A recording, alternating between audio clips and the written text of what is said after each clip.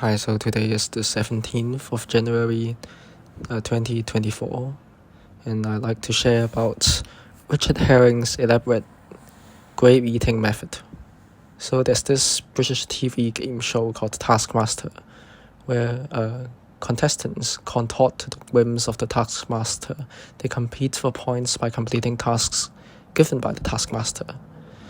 And in the episode that I just watched earlier today, part of the episode, the task was to eat a grape, a muscat grape, in the most elaborate possible. And many of the contestants took it one way. They thought about this lavish lifestyle, this sort of living like a king, this sort of thing. And that was the first thought that I had as well. And they had an hour to prepare, and then they had to eat.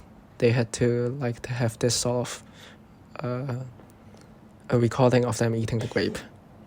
And so my first thought initially was also sitting on this maybe this grand sofa or something like that, and just laying down and calling a servant to give me the grape to just give me the grape so I could eat it. And so this was what most of the contestants actually ended up doing. But Richard Herring,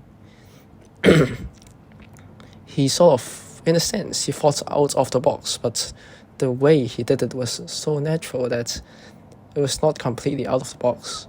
What he did was that he basically made a parody of a white wine advertisement, starting with where the grapes were taken from this beautiful garden of whatnot, and then crushing it with the soles of his feet, and then adding different ingredients and storing it in a barrel and taking it back out, and having this bottle of white wine.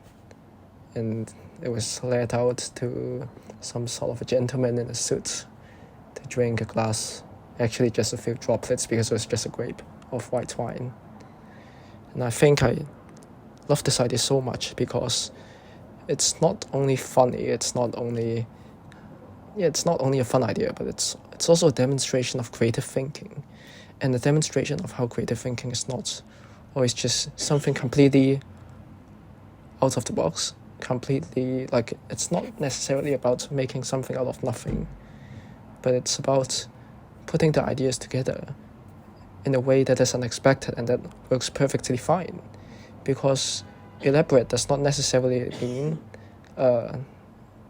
lavish. It does not necessarily mean being rich, and you don't necessarily have to have a lot of wealth to do something in an elaborate way.